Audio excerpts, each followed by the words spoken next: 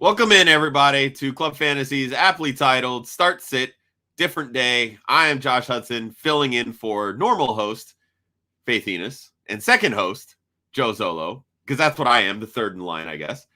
But here we are. We're getting ready to answer your Start Sit questions as we head into week 2. Stay tuned.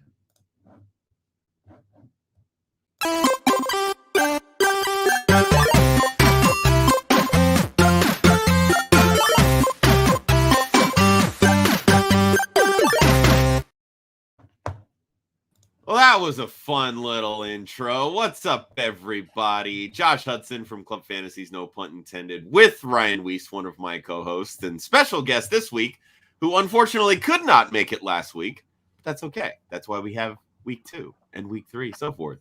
The newest Club Fantasy writer writes our DFS, Oh Captain, My Captain, Oklahoma Doug. What's up, brother? And the best motherfucker in the live or the group chat ever. He is definitely a character. Hey, what'd the fish say when it hit the wall? Ouch.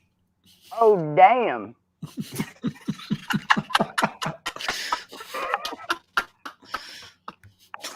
If you didn't know, Doug was from Oklahoma, and he's got some jokes, man. So, as everybody knows, this show is strictly run by you, the fans. We answer all of your pressing start sit questions. We're heading into week 2. Thursday night definitely exceeded expectations with the Washington football team and the New York football Giants coming down to the wire.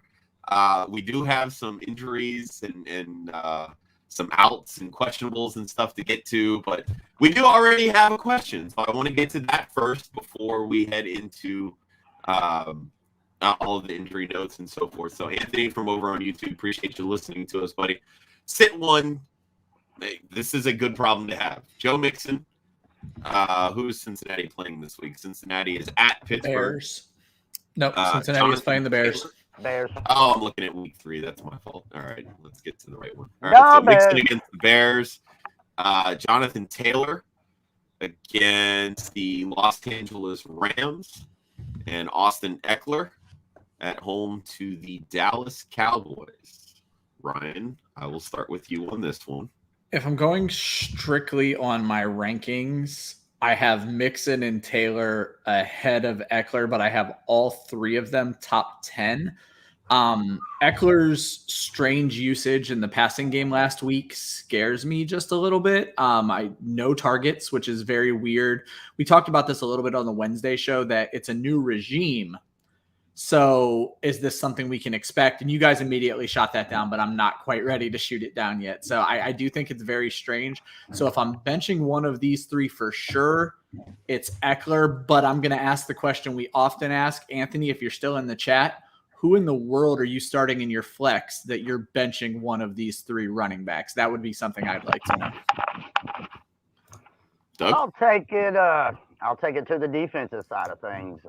Actually, Seattle Seahawks, the defensive line, we thought that was going to be a little lackluster. Actually ended up putting the 5th most pressure rate on QBs in week 1. The Dallas line, not so good. And much worse now. So Austin Eckler gets the better matchup. Although I like the Mixon. I like the Mixon attempt opportunity a little more. However, I don't like his matchup as much. So I'm going to go Austin Eckler because of the opposing defensive line. I mean, if I'm sitting one of these 3, oof, good Lord, this is tough. I think I'd say Jonathan Taylor, which is really hard for me to say. Dude, it's just so hard for me to fade Austin Eckler in this matchup. It really is. Like, Eckler against Dallas, come on. Even if he doesn't see a single target, I feel like he could rush for 150 yards against that line on 10 carries. Like, that's how bad they are. So, but we could just as easily see 50 attempts, and I mean, I guess 10 carries, it still works. Exactly. So I don't know. Like, this is a good problem to have. and you said it yourself, Ryan, all three of these guys in your top 10, I don't think there really is a wrong answer here. But again, just like you said, who are you starting in your flex? So, Anthony, if you got this in before we went live, which I know you did, and hopefully you're still tuning in so that we had some time to answer your question, let us know who's in your flex, and maybe we can kind of get all three of these guys in your lineup. Because here's what I'd do, the final answer. I'd put in the Quad City DJs. I'd give each one of these a number. I'd hit shuffle. The first number it landed on, boom, fire them up. I love it. Back to you. That's a good one. I like that, Doug. I like that. All right. So as we give, we're here to help. We're here to help. Bring them on. As we give everyone time to wake up and make their coffee and their breakfast and get to the point where they're tuning in. Ryan, I'm going to kick it over to you. Let's kind of run through some of these week 2 issues. And I know that there's one very pressing one that we'll get to, which happens to be one that I know a lot of us were looking forward to seeing, which was Will Fuller now coming off suspension, available for week 2, but now is not available for week 2. Yeah, I'll say Fuller for last because I feel we're going to talk about him. So I'm just going to run down by position. I have everybody listed as out, doubtful, or questionable. I'm pulling this from NFL.com. So we're going to start with quarterbacks. Out, Marcus Mariota and Deshaun Watson. Watson's not a surprise, but as long as he's a healthy scratch, I'm going to keep listing him here because you never know when they might decide to not do that. That's actually it at quarterback. Nobody currently listed as doubtful or questionable. Running backs, Josh Jacobs is out. That was a bit of a surprise yesterday. He was ill going into week 1, and then I believe it was a toe injury that popped up this week. They've went ahead and listed him as out. The news came out that Peyton Barber will be the lead back, so they're still going to keep Drake in a pass-catching role. I'm interested to see how that plays out. Rashad Penny's listed on the weekend, as usual. Yeah. Rashad Penny is listed as doubtful. I would not expect Penny to play. And then surprisingly, no running backs are listed as questionable right now. Saquon was on Thursday, but he played, but none listed as questionable. Wide receivers, Will Fuller and Odell Beckham both listed as out, and we're going to probably touch on both of these guys quite a bit later on. No wide receivers listed as doubtful, and then just a huge list of questionable. So I'm just going to run down this list. From the names I saw, every one of these guys is expected to play, but Gabriel Davis, Preston Williams, Paris Campbell, Michael Pittman, Marquise Goodwin, Darnell Mooney, Marquise Brown, Devin Duvernay, and Jamison Crowder, all listed as questionable, all expected to play. With tight ends, nobody's listed as out or doubtful. Jonnu Smith, Pharaoh Brown, Anthony Firkser, all listed as questionable. And then kickers, because they're people too. The Patriots look like they're going to have to move Quinn Nordin over to the IR. Nick Folk is going to step back in as the Patriots kicker. No kickers listed as doubtful or questionable this week. So let's talk about Will Fuller a little bit because that kind of came out of nowhere. It's personal reasons, which is usually not a good thing with these players popping up out for personal reasons. So, Doug, what are your thoughts on Will Fuller missing his debut with Miami? Kind of same old song and dance, huh? Just like in times past, when we think we can depend on him, something happens. I think it's same old song and dance, pretty much to me. And I've never personally. I think I've had maybe 1-2 shares, and I got about 15 plus leagues, and been playing, 5, 6, 7, 8, 9 years. So I think I've had 2 shares of him ever. So, I don't think I can comment much on this because I haven't owned the guy a whole lot, and I just haven't really, noticed him in the fantasy realm because I haven't ever had to depend on the guy. From a team standpoint, I'd say, maybe this keeps letting you start Devontae Parker a little bit. There you go. Yeah, for me, excuse me. This is just, it's interesting because it's personal reasons and it's not, dealing with a quad or a hamstring or a groin or some of these other soft tissue injuries that we've seen out of Fuller in the past. And I just kind of sifting through the Twitterverse, there's some reputable sources. And I want to stress this point. Reputable sources that are claiming that Will Fuller may not play at all this year as a result of this. So there's clearly something that's going on behind the scenes that is serious enough that is going to keep Will Fuller out, and it's not due to health reasons. So Josh's internet's a little down right now. I just want to quickly throw out what he's saying to emphasize it because it's huge. There are reputable sources, people who have broke Dolphins news in the past, that are saying that Will Fuller may not play a single down for the Dolphins this season. So I know there are a lot of fantasy managers who grabbed Will Fuller in the middle rounds, 7th to 10th round, hoping that he was going to be able to step up and be the wide receiver one. We saw him last week when he came in. It may be time to move on from that decision. And putting it bluntly, if there's trade value out there right now, this may be the time to jump on that trade value.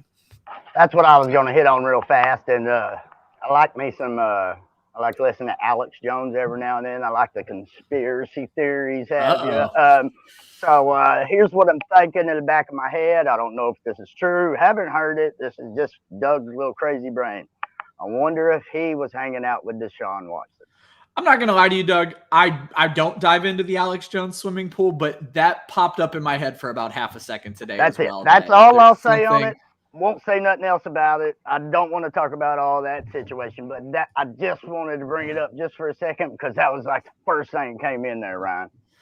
Yeah, it's going to be interesting to see what comes out on this, what personal reasons mean. I saw some speculation on Odell Beckham, and I doubt this is the case with Fuller because he just signed this year. I saw some speculation on Beckham that they may be nursing him back because they may be talking trade with somebody already. And they don't want to put him on the field, get him hurt before this trade can go through. Because there's been a lot of talk about Odell Beckham not being a great fit in Cleveland. Josh, I see you're back up and on the internet, and this was a big thing for you with Will Fuller. So I want to let you go ahead and talk about the Will Fuller thing a little bit. Yeah, for me, it was really just at this point, if you're in redraft and you have Will Fuller, I think it's okay to drop him. I mean, obviously, So do you think there's trade value, or you don't even think that's out there? No, at this point in redraft, I don't. Now, Dynasty, I think at this point, if you can get a second round pick for it, I would do them. Like, get it out of the way. If not, maybe a third. Like, it's one of those situations where we don't know how severe these personal issues are. Maybe they're legal. Maybe it's, a strange death in the family. He's going to come back stronger than ever. But again, it could be a severe case of turf toe. We really don't know. But it's just one of these things where with lack of information, sometimes it's easier to react fast than get stuck with a sunk cost. So take what you can get and move on and wash your hands with it because the headache is gone at that point. So, Josh, Ryan, y'all want to share the latest question we got? It kind of relates to all of this, yes. I believe, so we can kind of tie that in. I said earlier, Devontae Parker, Mr. Zolo here is that. I hope I pronounced that would be right. Joe's you little brother, G. That's actually our third host's little brother. So. Zolo says Waddle, Beasley, Van Jefferson. I think Fuller being out today makes that a Waddle 100% play right there, in my opinion. I'll actually completely agree with that. I started a little top 5 list last Sunday during the late game where I said Waddle is on my I'm not going to overreact list yet because I wanted to see him play with Fuller. Well, if Fuller's not out there, Waddle clearly is a favorite target for Tua, and I think that continues again this week in a game where they should have to throw a lot. Yeah, I love me some Jalen Waddle this week. Taryn Johnson, the Bills slot corner, has allowed over 600 receiving yards since the start of 2020. Obviously, this is where Jalen Waddle runs out of. He runs out of the slot. He caught a touchdown last week. I don't know that he's going to catch a touchdown this week, but I think he's going to be a very active target for Tua and this offense as they need to keep up with the Buffalo Bills offense. So, yeah, I'm all on board with Jalen Waddle this week. Want to go through and kind of piggyback off of what we were talking about with Anthony earlier. Yeah, I saw this. Says that his RB1 is Kamara. So dealing with these three, holy crap, dude, that is an absolute stable of running backs. Again, I'm on the sit Jonathan Taylor of those 4. But again, I don't think there's a wrong answer here. Yep. So I'm going to bring the backs back up because he did also bring up it is not PPR, that makes me even stronger against Eckler. Because if he does get involved in the passing game, this could easily be a 60-yard and a touchdown game for Eckler again, which isn't a bad week by any stretch. But I think Mixon and Taylor, especially in standard, I think it plays even stronger to their stance. Kudos on your running back stable, 10-team league or not, to walk away with Kamara, Mixon, Taylor, and Eckler is amazing because every one of those guys was a first or a second round pick. So in a 10-team league, you saw the value and you attacked running back clearly. So that's a fantastic move on your part. You draft where the value is.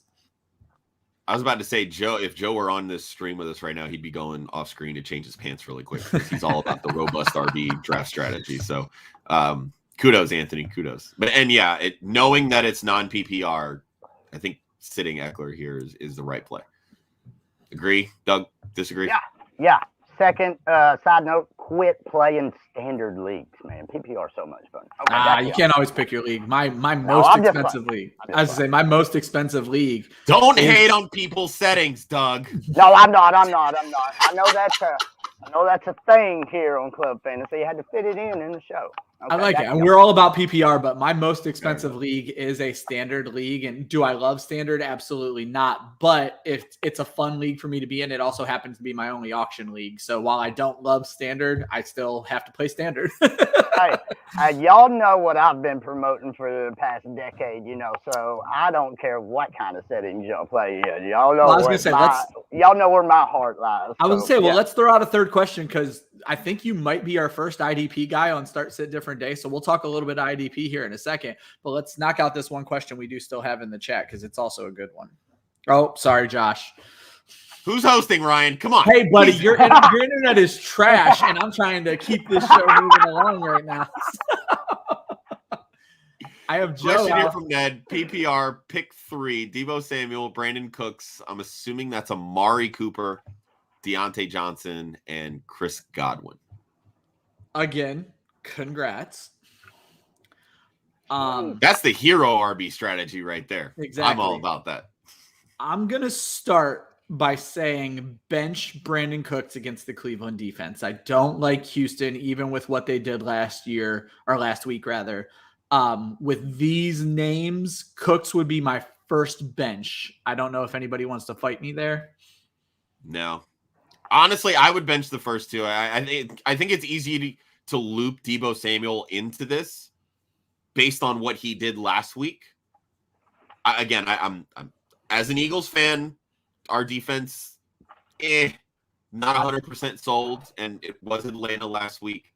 He could very well do it again, but with all this Brandon Ayuk talk, I think we might see him a little bit more involved this week, and that obviously is going to decrease the target share with Deebo. So I would say, even if that's Cooper Kupp, Amari Cooper, give me all the Cooper this week. And Deontay, obviously we know I'm a huge Deontay Johnson. I was going to say it's going to be impossible for Josh to say to bench Deontay Johnson. I think Jason Garrett is running Josh's internet. I'm going to say Cooper as well. At first glance, I thought it was Cooper Kupp, and I'd go him too. But I agree with Josh. Everything what Robot Josh said, I agree. It's way closer between Dante Johnson and Deebo for me. I'm going to agree with the consensus here and go Amari Cooper, Cooper Kupp, whichever Cooper that is, you're starting them. I'm going to agree with Deontay Johnson and Chris Godwin. Deebo against that Philly defense, I actually like him a lot. I'm really interested to see a lot about San Francisco this week. Brandon Ayuk was not necessarily a healthy scratch last week. He played, but he played firmly in the doghouse. They didn't get him involved. I don't believe he was targeted a single time. I think he played 15 snaps, and a large portion of them were on special teams. He started the game as a punt returner, and then they ended up taking that duty away from him. There were a lot of rumors surrounding that about professionalism, and it may have been just teaching Ayuk a lesson. And then came out this week that it looks like Ayuk is getting his starting job back. That could end up hurting Deebo because it's sort of like when you punish your kid the next thing you want to do is show your kid you still love them. And that could end up happening with Brandon Ayuk this week, meaning you could see a lot of volume pushed Ayuk's way where Debo had 10 plus targets last week. I don't remember. It was a lot, 14 maybe. You could see that get split in half if they're going to now try to get Ayuk back. So that's the one reason I would lean Dante Johnson here over Debo Samuel, just because if that volume is split, this is a team that would prefer to run the ball anyway. I'm going to lean where the volume's not going to be split. And while it is split in Pittsburgh, this is a team that will throw the ball 50 plus times. So Ayuk's had a little bit of a calf strain that he's been coming back, but that's kind of came back to full health.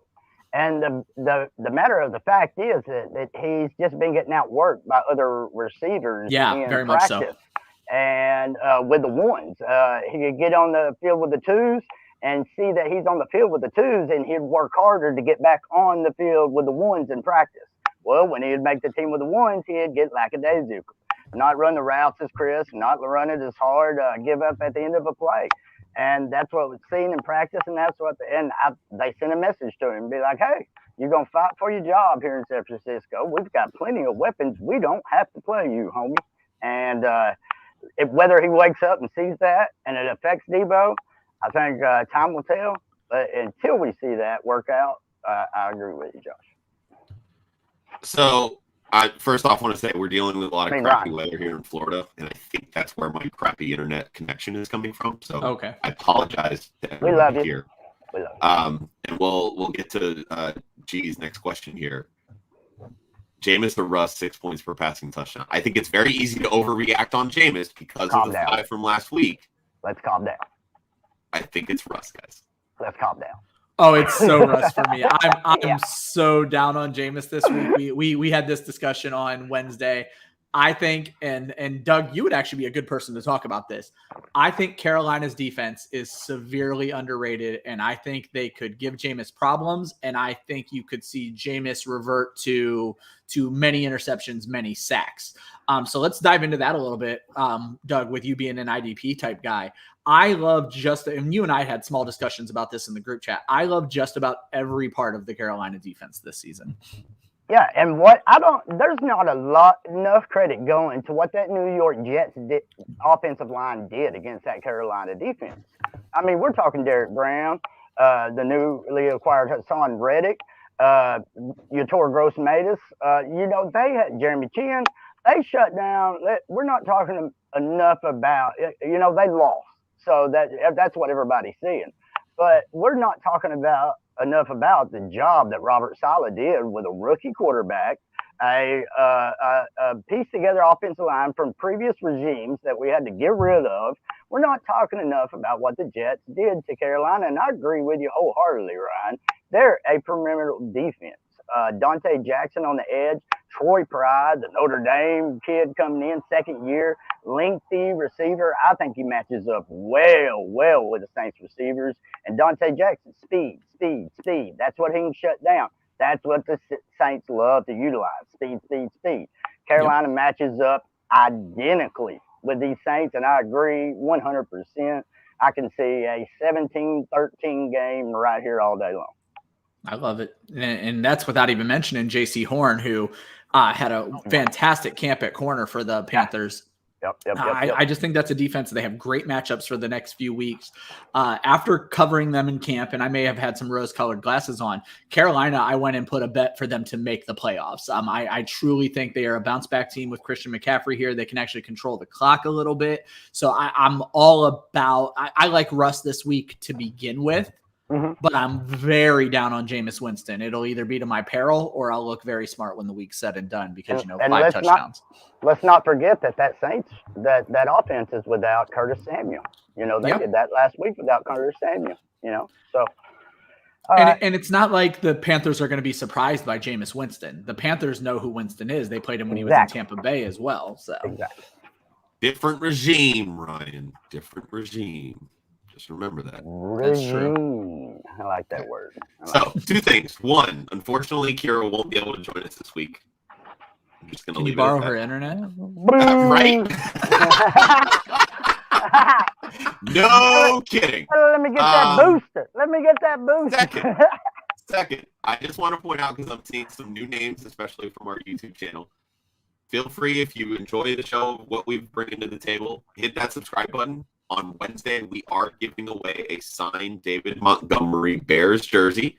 So if you hit the subscribe today, you'll be entered in to win that on Wednesday. So Josh keeps making these great points when his internet shit, so I'm going to repeat him. So it cuts out like right Josh, he's making the promo. Josh spent a ton of money on autographed merch from Pristine Auction. Way too much money, but we love him for it.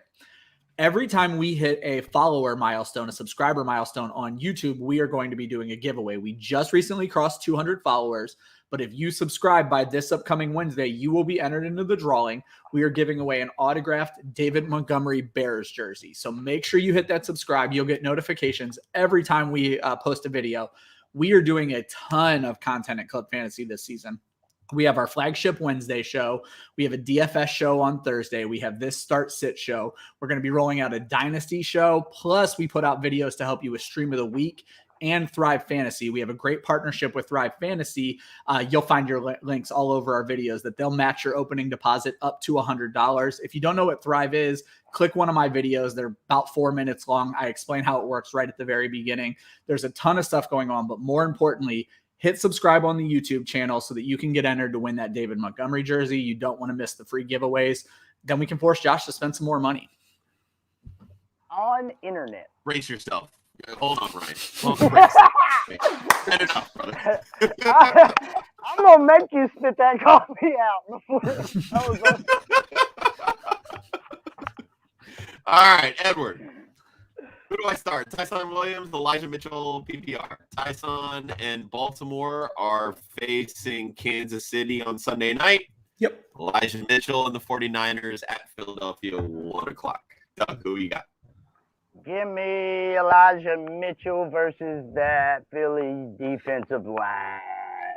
I like what the Chiefs and Chris Jones did up front. I believe they can get the push against Baltimore, and I believe we see a little bit more of Latavius Murray this week once he's more implemented in the Baltimore Ravens offense.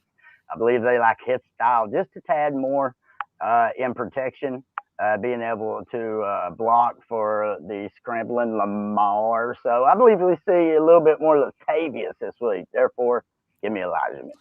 I love that take, Doug, and I believe I'm going to probably get the back wrong, but they activated one of their 3 veterans off of the practice squad too. Was Devonta Freeman. Devonta Freeman. I was going to say it was Lev Bell, but Devonta Freeman. And Freeman, what's interesting to me about the guys they brought in, Lev Bell, Latavius Murray, Devonta Freeman, they all excel in a third down role historically throughout their career. And Murray doesn't look that way to you, but if you remember his time as a full-time starter with the Raiders, he actually did very well as a pass catcher. He lost those snaps to Alvin Kamara, but those are things he can take back now in Baltimore. So I'm interested to see how that goes. I'm going to be honest, right now in my rankings, I do have Tyson higher. I am a notorious person that when I see a breakout week, I'm very skeptical betting on that again the next week. And that's what I'm worried about with Elijah Mitchell, because you're also going to see Trey Sermon, who was a healthy scratch, back there. And then Jermichael Hasty only saw 1 snap or 1 carry last week, which was weird to me. I'm going to be perfectly honest with you. I don't love either of these plays this week, but I am going to err against my own rankings because they need to be looked at. I would take Mitchell over Tyson Williams. The 49ers also signed running back Trenton Cannon. Johnson. Oh, Johnson's still on the practice squad, but Trenton Cannon they brought in. We touched on this on Wednesday, and Doug, you would probably be a good one with this too. Trenton Cannon is a special teams specialist, and I believe I had heard rumors Elijah Mitchell made the active roster last week because they thought they could use him on special teams. Well, they cannot use him on special teams anymore. So I believe that's the role Cannon's going to fill. That's exactly right. Nailed it. What it's worth, I would lean Tyson. Slightly, but I would lean Tyson. I know that the Eagles defense, their rush defense, they gave up probably more yards than necessary. But I think a lot of that, too, when you're looking at the quality of the back with Cordero Patterson, That's a receiver, not a traditional running back. So it's just it's a little skeptical to me. Like, they shut down Mike Davis.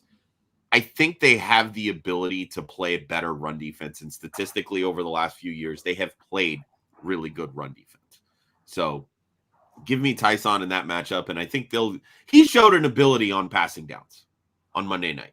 They're going to use him in that backfield. But again, it's definitely going to be more of a rotation. But we've seen that too with San Francisco. So I think it's really kind of a double-edged sword. So for me, I think the KC Baltimore game is a better running back matchup, which is why I would lean Tyson here. I'm with it. All right. So Doug, I'm gonna pose this one just to kind of get some reaction, because our friends over at Fantasy Frames.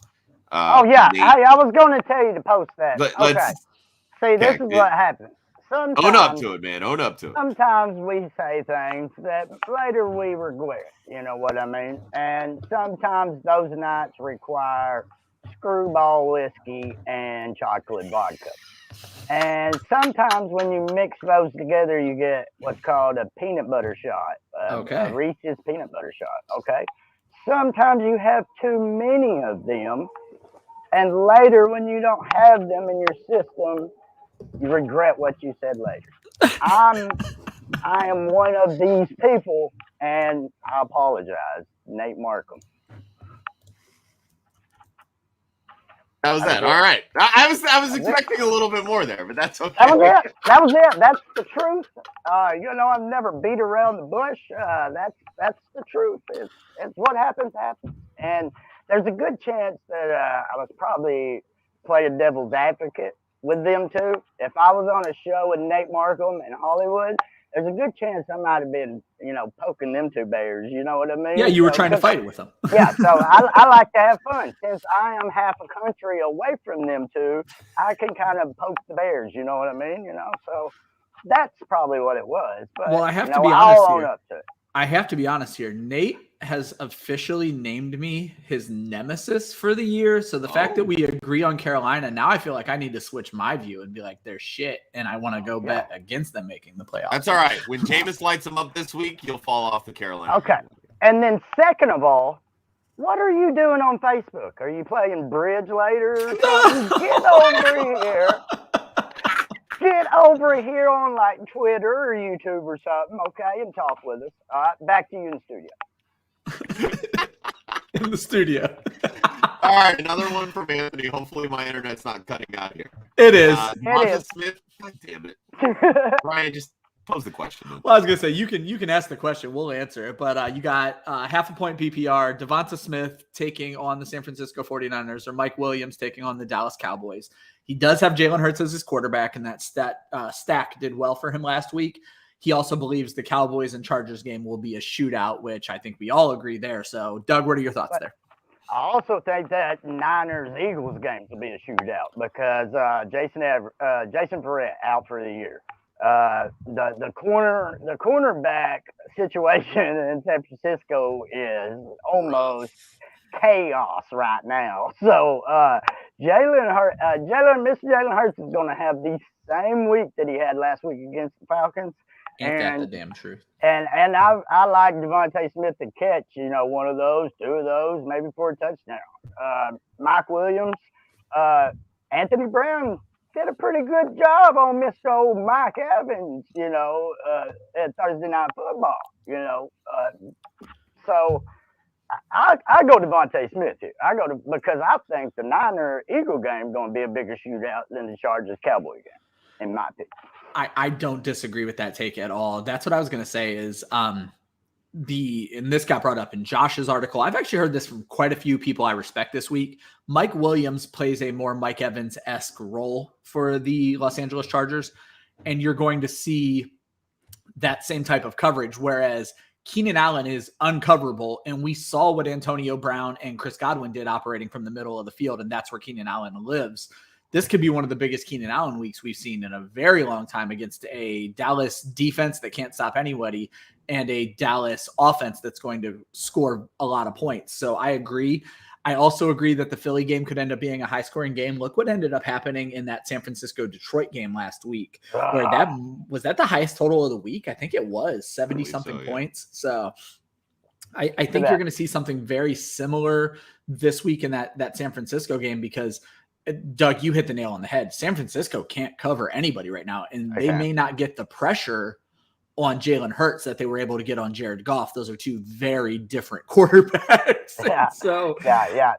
I like a big game out of Dallas Goedert because Goff kind of ate up that tight end role in the middle of the field because the linebackers are having to do so much help in the secondary. It's a big Dallas Goedert game here.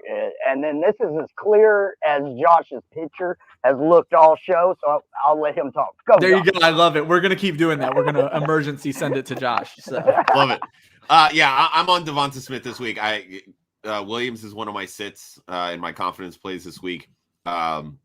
Whether it's Anthony Brown, whether it's Trayvon Diggs.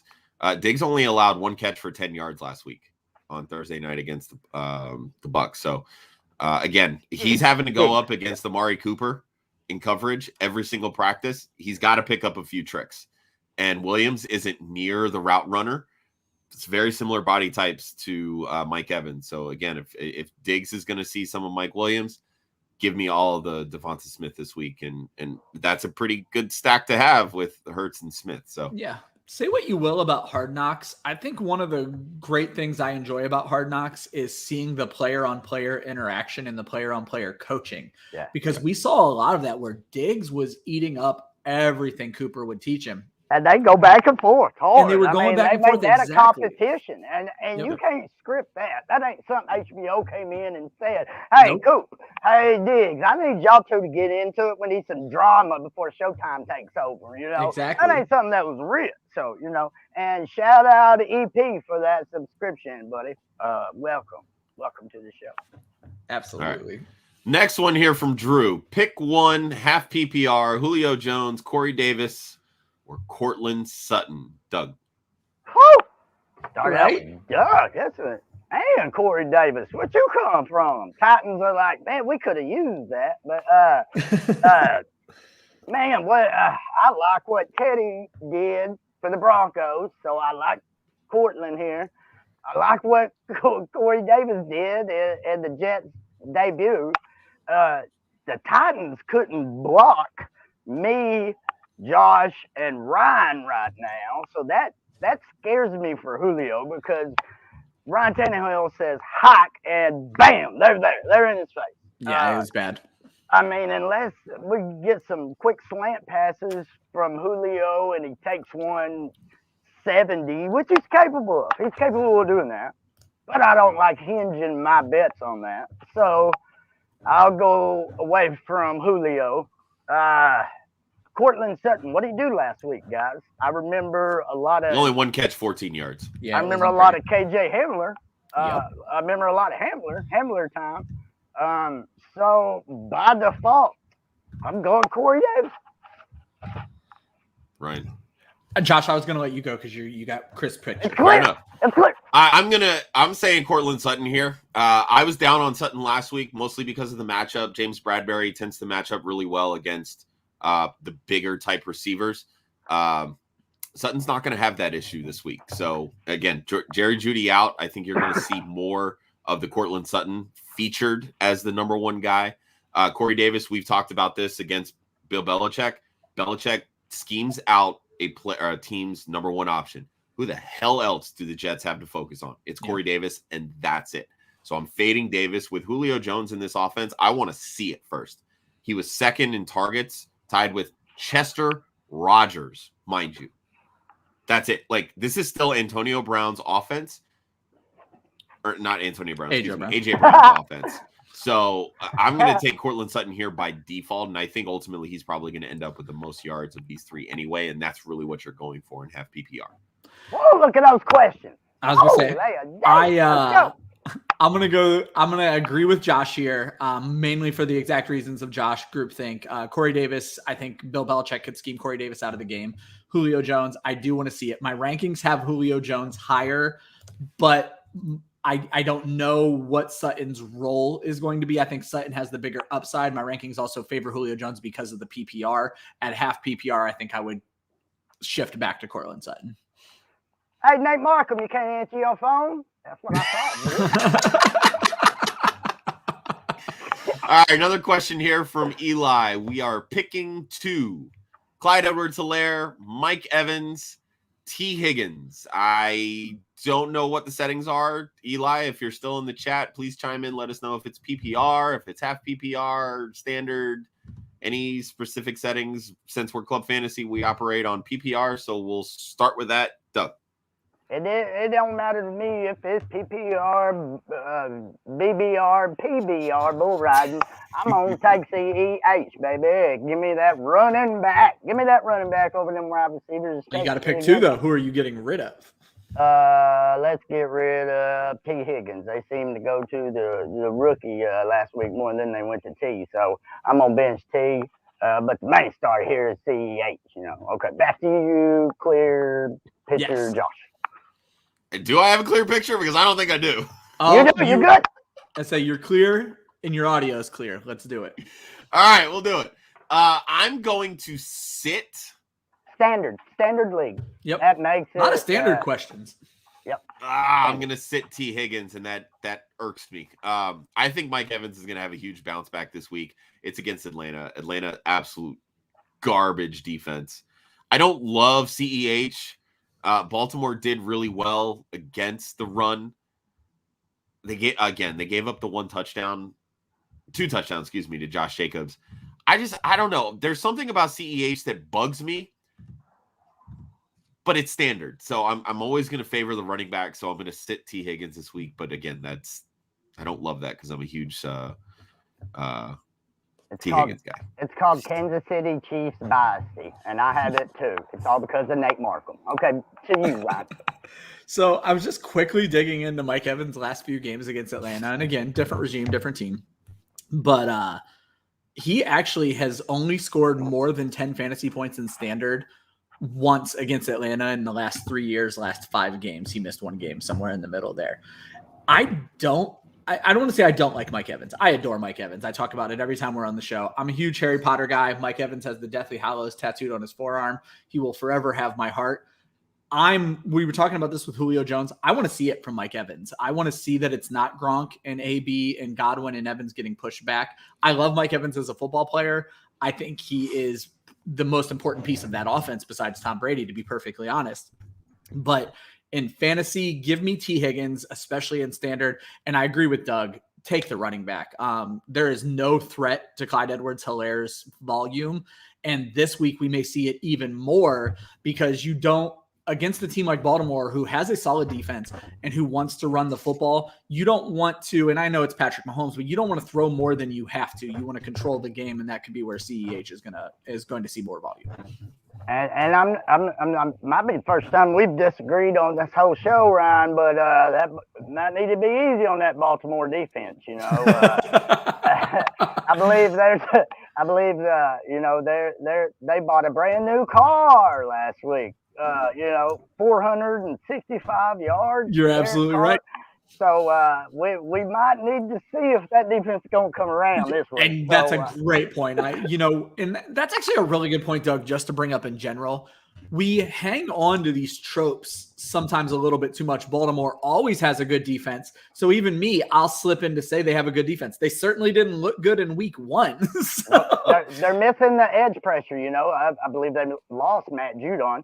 Correct. They did. Patriot now. And they couldn't get the reply. I believe they needed Melvin Ingram big time. They make that sign and get a little bit more pressure from the edge. They didn't do anything. They traded Orlando Brown to the Kansas City Chiefs. And let me tell you, he handled his business against Myles Garrett in week 1, So the Baltimore Ravens are starting this season on a down slope, so they got to come up, and it's going to be hard to come up against Patrick Mahomes and the Kansas City Chiefs. I think that's a great point. And they brought in, weren't they the ones who drafted Jason Owe from Penn State to replace Matthew Judon? Yeah. That's what they tried to do. And now they might see him a little bit more as a tweener. It doesn't need to play. Exactly. And that's what I was going to say. A lot of times, does he need to play on the edge? And a lot of those guys, those edge rushers, especially where you saw big seasons out of them in college. And I believe his big season was 2 years ago, and then he was kind of off last year. Sometimes that transition to the NFL and the needing to bulk up hurts them in their rookie year. And so that's what you might see is you might see a Baltimore pass rush with not a lot, or excuse me, a Baltimore defense with not a lot of pass rush.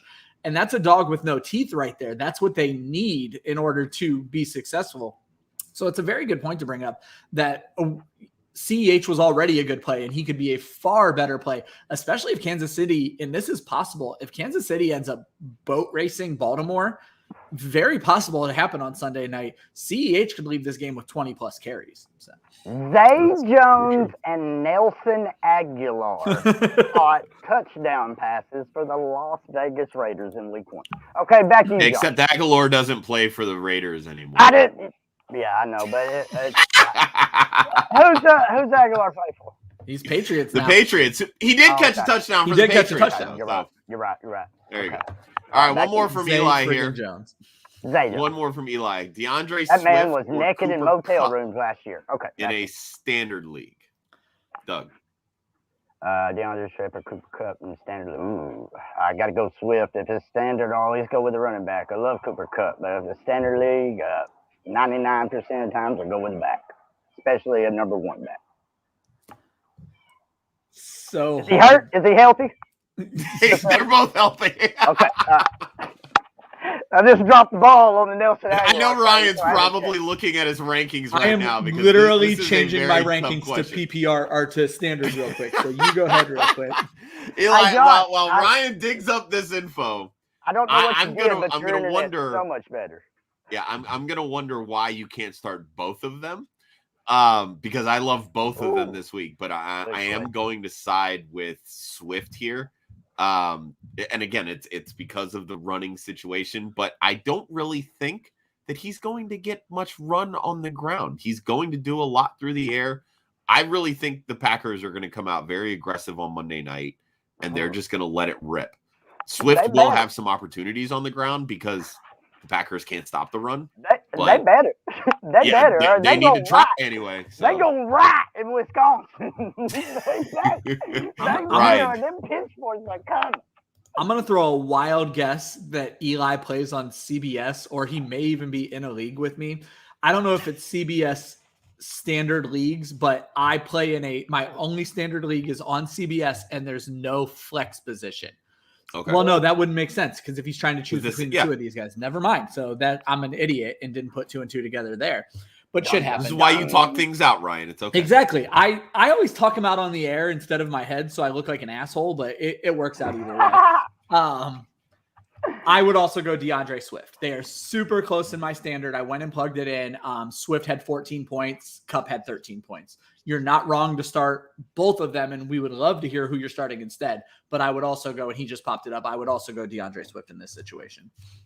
And you are making the right choice. You have to bench Cooper Kupp in that situation. Okay, so what if we flipped it a little bit? What about Swift or Eckler? Oh, I like Eckler. I like Eckler personally. I really, really hate Detroit on Monday night this week, so I think I would go Eckler as well. And Green Bay, obviously, I mean, even last week, Kamara didn't have the greatest game. Green Bay was very good against the running back last year. Obviously, Green Bay was very bad last week. But if you just bring up Kamara's numbers real quick, which I'm doing right now. At 20 for 86, I think. Yeah, like that. And his touchdown was receiving, which I will always tell you receiving touchdowns are fluky. You're looking at 91 total yards. That's just 9 points in standard. Is that because of the blowout? Well, there's that too. I would lean Eckler in this as well, mainly because I don't love Detroit on Monday night. Look, for what it's worth, the Packers last year gave up the 5th most fantasy points to running backs. They didn't get that much better. So yeah, Oh, was it? I thought they were good against our. No, they were not good. Okay. And they got torched by receiving backs. Okay, my bad. I had my stats confused. Their strengths in the secondary with Jairus Alexander and and their pass rush, which they now just lost to Darius Smith. It's getting better. It's getting better. You know, Rashawn Gary, second year or third year. You know, getting better. Getting better. Come on. Let's be perfectly honest though, and Doug, you kind of brought this up. You have to throw out week 1, in my opinion, for Green Bay and New Orleans. That game doesn't count. It counts for the standings. It does not count for analysis moving forward. If it happens again this week, it's something completely different. But 100%. But I would still likely lean Eckler in that Dallas defense. Just being what it is, I think Green Bay has to improve this week. I would lean Eckler. Plus, isn't Smith or isn't Swift? I thought at one point he was questionable, and that's rough on a Monday night game. So I thought I've seen that when making. I mean, according to your injury report, there's no questionable running back. So. Monday night injury reports are fluky though, so let's be careful with that. So all right, so we got roughly about 10 minutes or so before we'll start kind of winding down the show to kind of get a couple more questions in if people are listening. Ryan, I want to kind of go back to what you were talking about with OBJ. Yeah. And why he's being ruled out. If there are talks that they're trying to move him, where is a destination that you could potentially see him going? That's a great question. He has been linked to New England since the beginning of time. I think if you believe Bill Belichick can control him, I think you go and get your quarterback a weapon like that. It would be absolutely fantastic. I think this is a surprise one, and he hasn't been linked here. I think New Orleans has to pick up the phone. If it's true that they're shopping him, I think New Orleans has to pick up the phone. Another interesting one, if you are Miami and you know something's up with Will Fuller, do you consider, now you've already had drama at wide receiver, do you bring in more drama at wide receiver? But I would like to see, if I'm a fantasy whore, so I want to see as many fantasy points as possible. I would like to see New Orleans pick up the phone before New England. For football, I think New England makes a ton of sense. Doug, any opinions here? Okay, well, I'm going to play devil's advocate here a little bit at the end of the show because I think we agreed on every single start question the whole entire show. Most of them, yeah. Anyway, New England's too boring for me. Okay. I like Kansas City Chiefs. Okay. What do they need? They need something else on the outside. McCole Hardman, I don't think he's coming along as fast as they thought they would. Well, even McCole Hardman this week said he doesn't deserve targets, which is the funniest shit to ever hear out of a wide receiver. Right. And I know a humble wide receiver. Do those even exist? They lost future Hall of Famer Sammy Watkins, and they need somebody. That was a joke. Obviously, they need somebody on the outside. They need somebody on the outside. Sorry, the internet's lagging. Otherwise, I would have laughed. I like OBJ. I like OBJ there next to Tariq Hill.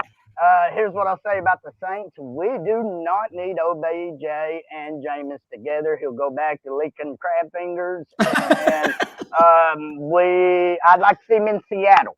I wouldn't like to see him because Niners, but I believe that'd be a decent fit as well. What have we seen from Russ of late and throughout his career? That deep ball. What can OBJ do? Stretch the field, go up and get it in the end zone. Corner threat in the end zone. I like him in Seattle. Now I'm putting something together here. Are you a Niners fan, Doug? Yes, sir. Yes. What about in San Francisco? Would you want him there? Oh man, I'd no, because after the injury, it is something in the air up there. We can't get healthy. Yeah. I don't need another guy coming up there and playing 8 games in the season and going for 800 yards and not helping us get to the next level. Can he get a third down play to help us get into the playoffs or something? Yes. Can he be the player that we're missing to get us to a Super Bowl? Not in my opinion. Gotcha. All right, Josh, you want him in Philly? Now, if he starts playing corner, we'll talk. I almost got it, Josh. That was it. No, I do not want him in Philly. I love OBJ as a player, but I think at this point his ego is greater than his talent, and I think injuries have just they're starting to take their toll. So I'll just leave it at that because I do want to just throw out couple in here. Anybody who missed the beginning of the show, no backing to these rumors whatsoever. It's things I've read. I spend way too much time reading things about football, and it was just speculation that if you're talking a trade with somebody, you don't throw a player out there to get hurt. There's also a chance. I followed the Browns training camp closely. Beckham did not participate in team drills till the last 2 days of camp. There's also a chance he's just not healthy yet. It's core surgery. It's not easy to recover from. You feel like there's been time, but we don't know his body. And so we could be completely off base here. They may love him in Cleveland, but there's been trade rumors surrounding Odell Beckham damn near from the day he got to Cleveland, which is just crazy. Like literally within a month of him ending up in Cleveland, there was already talks of him ending up in New England. Like that's. And let's think about it real quick. If we get beat by the Kansas City Chiefs, we didn't have OBJ. We beat the Kansas City Chiefs. We don't need OBJ. We don't need OBJ. week 2 comes around. We're playing the Houston Texans. We don't need OBJ to play the Houston Texans. Yep. We got Jarvis Landry.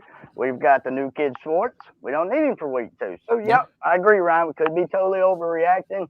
Could be the office saying, hey, don't need him for this reason. Don't need him for this reason. Don't need him for this reason. Yeah, maybe you save him for the first divisional game. That's it. Yeah, exactly. All right, a couple more to close out the show. From the end, I'm going to stretch that out for you. Traded James Conner, Elijah Mitchell, and Christian Kirk for Jalen Waddle, Chase Claypool, and James White. Did I win? Yep. I think it's pretty clear you got the best 2 players in Waddle and Claypool, and I'm assuming this is PPR. You may have honestly walked out of this with the best 3 players in this trade. So now he does have a follow-up. Should he have added Smith instead of Claypool, including those same players? I personally would have. I'm down on Claypool, but I am too as well, because I believe sometimes he gets like in sleeper or whatever, he'll even get that old tight end eligibility. So any player that can get the dual eligibility that is kind of up there in everybody's consensus ranks, get that guy 90 times out of 90, baby. I would. They're very close to me.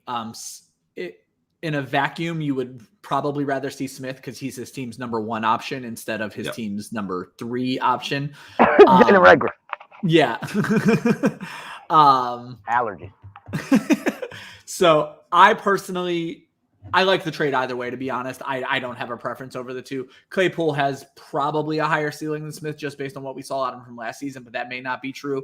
You're not going to feel dumb either way. I think it's very likely they end the season with very similar amount of fantasy points. It's just Smith might be slow and steady wins the race, whereas Claypool is going to have 3 weeks of 40 fantasy points for you. So fair enough. All right, we got a couple more, and then Eli, if you're still listening, I'm going to end the show on your question because I really do like it.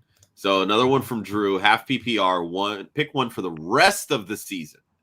Chase Claypool or DJ Moore? Moore. Ryan?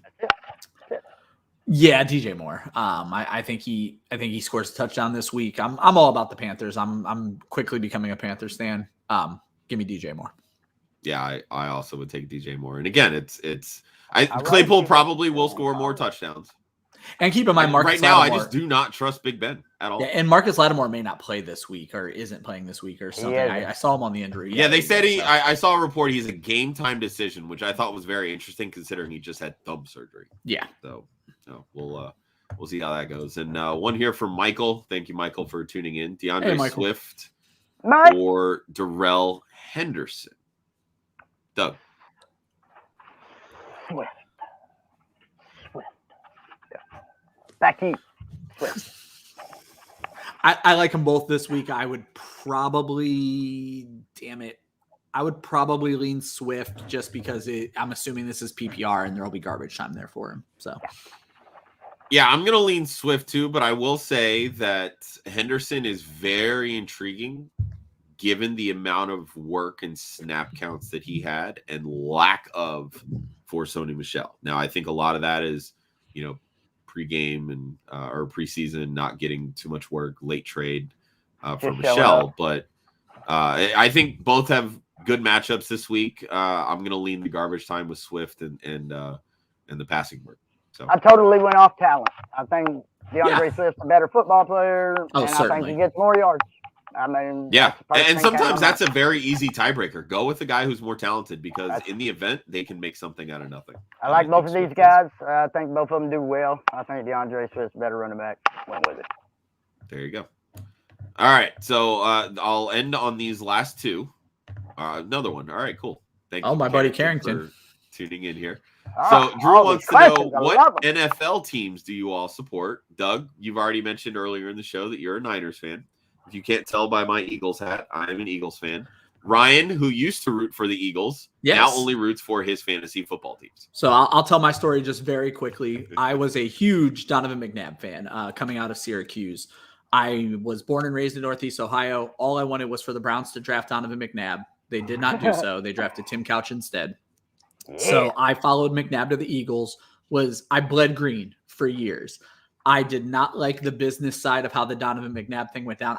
My son's name is Donovan after Donovan McNabb. So bled green, did not like how the business side went down. No longer root for a team. I root for my fantasy team, and I have 16 fantasy teams. So I essentially root for every team. It's just how I am. 16 fantasy teams. Woo! And the end chimes in my fantasy team over my favorite team. Brother, we are speaking the same language. All right, Carrington coming through last minute. Deebo Samuel or Mike Evans in a PPR? Obviously, we know that Evans had a bummer week last week, and Deebo absolutely killed it. So, Doug, where are we going? I believe you said earlier in your robot voice you liked Evans. I'm going to go with you, and we're going Mike Evans. Right. As I mentioned, I don't like not knowing what the volume is going to look like between Deebo and Ayuk being back. So give me Mike Evans. Yeah, I'm going to lean Evans. I think he bounces back this week. And look, if anybody wants to get into like cryptic messages on social media, Tom Brady in his Instagram story posing with a picture of Mike Evans that says, "My brother." I'm saying it's coming this week. So. Got to make everybody happy. We got to make everybody happy. We got everybody happy. Yeah, exactly. There's a lot of mouths to feed over there. So, I think this is going to be a big Mike Evans week. So, from our buddy Shades, T. Higgins or Robert Woods in a standard league? Bobby Trees. Bobby Trees. Give me Bobby Trees. I think I'm going to be the odd man out here. I'm turning sour on Robert Woods with Cooper Kupp. So give me T. Higgins. Ryan is foregoing the Bobby Trees love. I know. I may get shunned from the entire fantasy community. I think it's against the law. But. Look, I love me some T. Higgins, and I think it is a very good matchup for him. But I think the real way to beat Chicago is the deep ball, and I think right now that's where Jamar Chase lives. I think we're going to see a Robert Woods bounce back this week. I know that's a big question because he only had, I think it was 4 targets last week. Yeah, matched Van Jefferson. But give me Robert Woods. If he falters this week, then I think it's more of all right. We can now start second guessing Stafford and whether or not he wants to throw that way. So, all right, I'm going to end it on this question from Eli, mostly because I really like it and I enjoy it. Guys, who is the best player at wide receiver in the NFL? Not just for fantasy. Just play at wide receiver. Doug. What wide receiver do you? I got to read it because Bender's back from Futurama. What wide receiver do you think is the best player? Not even for fantasy. So just flat out best wide receiver in the NFL. That's that's a tough one right off. Go ahead, Ryan. Give me. Yeah, I'll go first.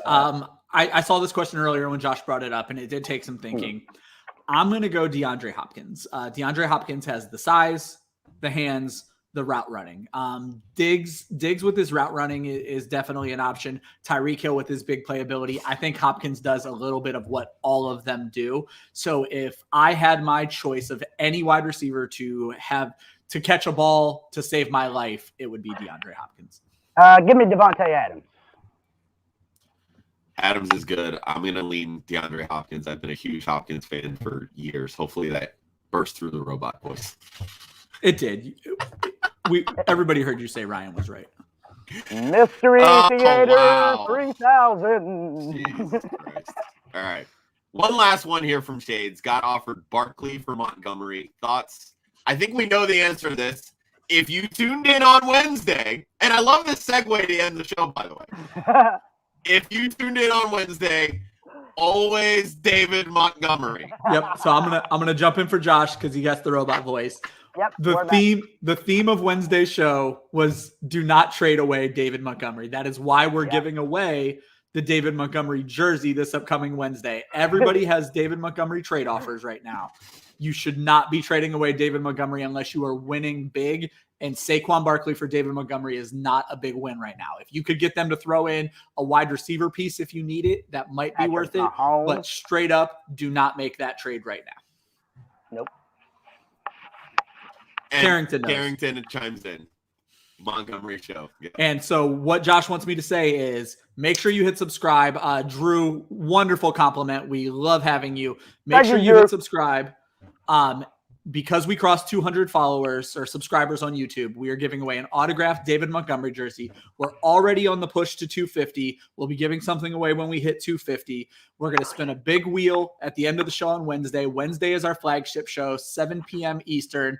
No pun intended. It's me, Josh, and Joe Zolo who couldn't be with us today. So make sure you tune in. We're giving away that Montgomery jersey. We promise it'll be entertaining. We set up show sheets and end up just answering your questions the whole damn show anyway. We are here for you. We want you to win fantasy football unless you're playing me. I'm steadfast against helping anybody beat me in fantasy football. It's Hopefully. so hard. Mike, all you need to do is hit Mike, all you have to do is subscribe to our YouTube channel and make sure your YouTube preferences. So he's already entered. Okay, perfect. And make sure your YouTube preferences are public. If they're not public, you're still going to be entered because we can see, right? We just can't get a hold of them. Is that how it works? No, I can't even see. Yeah, that's what I'm saying. So if you subscribe, find us on Twitter, Facebook, Instagram, send me a screenshot that, hey, I subscribe, just in case you're on private settings on YouTube. I understand if you are on private, I get it. But again, I want to make sure that as many people as possible are entered into this wheel because, again, we have over 200 subscribers. I want over 200 names on that wheel. Unfortunately, there aren't 200 names on that wheel. So get a hold of us with private DMs. I don't really care. However you want to get in touch with us. Let me take this off here. You can follow me on Twitter at the One Hudsonian. You can follow Ryan at the Fantasy 5. Hell, message Doug. He doesn't care. He'll forward it to us at Oklahoma Doug. Joe at Joe_Zolo. You can even follow Club Fantasy at Club Fantasy FFL. Again, Facebook, Twitter, Instagram. Hit us up. Make sure that we know that you are subscribing. We want to help you. We want to enter you to win that signed David Montgomery Bears jersey. For Doug, for Ryan, for Joe, who's not here, for Faith, who's not here, for Kyra, who unfortunately not here. For myself, we are Club Fantasy. Hit up the website, clubfantasyffl.com. Find us Wednesday right here on YouTube, Twitter, Facebook, wherever else we are. Doug, are you singing because nobody else can hear me? Is that what's going on? Oh, my mute. Oh, mute. No, we can hear you fine. Doug was just taking us out musically. Okay. We'll see everybody next time. Thanks for tuning in. Best of luck to everybody Unless you're this Sunday and in their fantasy match. Sooner, baby. Beat them Huskers.